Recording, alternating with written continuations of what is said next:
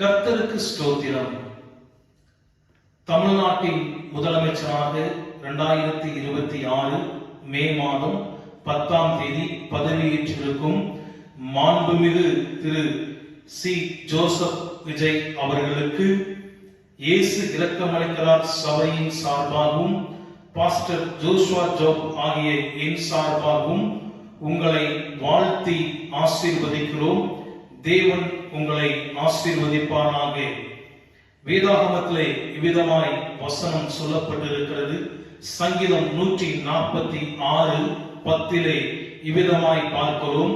கர்த்தர் சதா காலங்களிலும் அரசாளுகிறார். சியோனே, உன் தேவன் தலைமுறை தலைமுறையாகவும் ராஜரீகம் பண்ணுகிறார்.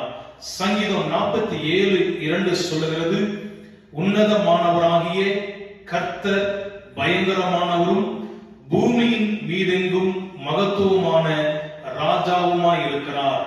தானியேல் 2:21 சொல்லுகிறது, அவர் காலங்களையும் சமயங்களையும் மாற்றுகிறவர், ராஜாக்களை தள்ளி ராஜாக்களை ஏற்படுத்துகிறவர் என்று சொல்லப்பட்டிருக்கிறது.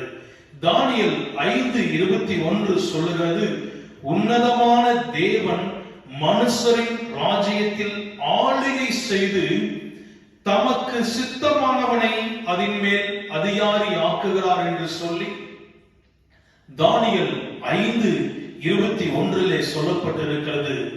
கர்த்தர் தாமே அவருடைய சித்தத்தின்படி உங்களை தமிழக முதலமைச்சராக என் இயேசு கிறிஸ்து உங்களை அதிகாரியாக்கி இருக்கிறார். அதற்காய் தேவனை நன்றியோடு கூட நான் ஸ்தோத்தரிக்கிறேன்.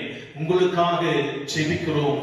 பரிசுத்தமுள்ள நல்ல தகப்பனே, தமிழக முதலமைச்சர் சி. ஜோசப் விஜய் அவர்களை உம்முடைய கரத்திலே ஒப்புக் கொடுக்கிறோம். ஆணி பாய்ந்த கரத்திலே ஒப்புக் கொடுக்கிறோம்.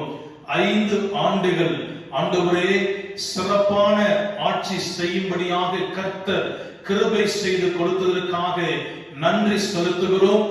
தேவன் ஆசீர்வதிப்பீராக. விசேஷ வண்ணமாய் கூட அவருக்கு கீழே இருக்கின்ற ஆண்டவரே காவல்துறை அதிகாரிகள், IAS IPS ஆபீசர் மற்றும் தமிழக முதலமைச்சருடைய அவையில இருக்கிற மந்திரி சபையில இருக்கிற அமைச்சர்கள் ஒவ்வொருவருக்காகவும் சட்டமன்ற உறுப்பினர்கள் ஒவ்வொருவருக்காகவும் தேவ சமூகத்தில் ஜெபிக்கிறோம். விசேஷமாய் தமிழக முதலமைச்சர் சி. ஜோசப் விஜய் அவர்களுக்காய் ஜெபிக்கிறேன். அவருடைய சுகத்திற்காக, சரீர சுகத்திற்காய், பலத்திற்காக, அவருடைய பாதுகாப்பிற்காக, அவர் எடுக்கின்ற ஒவ்வொரு முயற்சிகளுக்காகவும் இயேசுவின் நாமத்தினாலே அவரை ஆசீர்வதிக்கிறோம். எல்லா திட்டங்களையும் கர்த்தர் நேர்த்தியாய் அவருடைய தமிழக முதலமைச்சர் கீழாய் நீர் செய்து கொடுக்க வேண்டும் என்று சொல்லி நாங்கள் ஜெபிக்கிறோம். இயேசுவின் நாமத்தினாலே வாழ்த்தி ஆசீர்வதிக்கிறேன். தேவனுக்கே மகிமை உண்டாகட்டும். இயேசுவின் நாமத்தில் பிதாவே, ஆமென், ஆமென். தமிழக முதலமைச்சர் அவர்களிடத்திலே ஒரு சில கோரிக்கைகளை இப்பொழுது நான் வைக்க விரும்புகிறேன். நிச்சயமாக நீங்கள் செய்து கொடுப்பீர்கள் என்று சொல்லி நான் விசுவாசிக்கிறேன். அனைத்து போதகர்களின் சார்பாகவும் சபையின் சார்பாகவும் உங்களுக்கு நாங்கள் தயவாக கோரிக்கைகளை வைக்கிறோம். தமிழ்நாட்டில் உள்ள திருச்சபைகளுக்கு கிராமங்களிலும் நகர்ப்புறங்களிலும் இருக்கின்ற சபைகளுக்கு கட்டிட அனுமதி வழங்கிட வேண்டும்.